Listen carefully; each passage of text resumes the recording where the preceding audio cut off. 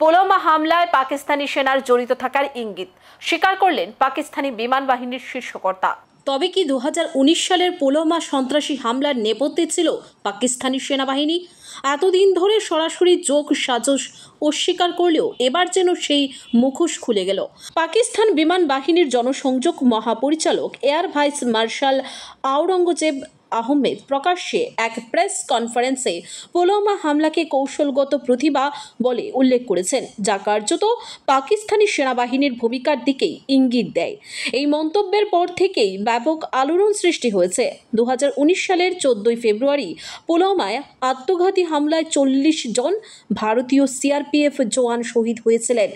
জৈশ-ই-মোহাম্মদ নামক পাকিস্তান সমর্থিত জঙ্গি গোষ্ঠী এই হামলার দায় স্বীকার করেছিল। তবে পাকিস্তান সরকার বরাবরই তাদের জড়িত থাকার কথা অস্বীকার করে এসেছে। আওরঙ্গজেব আহমেদের এই মন্তব্যের ভিডিও ইতিমধ্যেই সোশ্যাল মিডিয়ায় ভাইরাল হয়েছে, যা উইকিগোরিয়া নামক এক্স ব্যবহারকারীর হ্যান্ডেল থেকে শেয়ার করা হয়। এতে নেটিজেনরা প্রশ্ন তুলেছেন, পাকিস্তান কি তবে এতদিন আন্তর্জাতিক মহলের চোখে ধুলো দিচ্ছিল?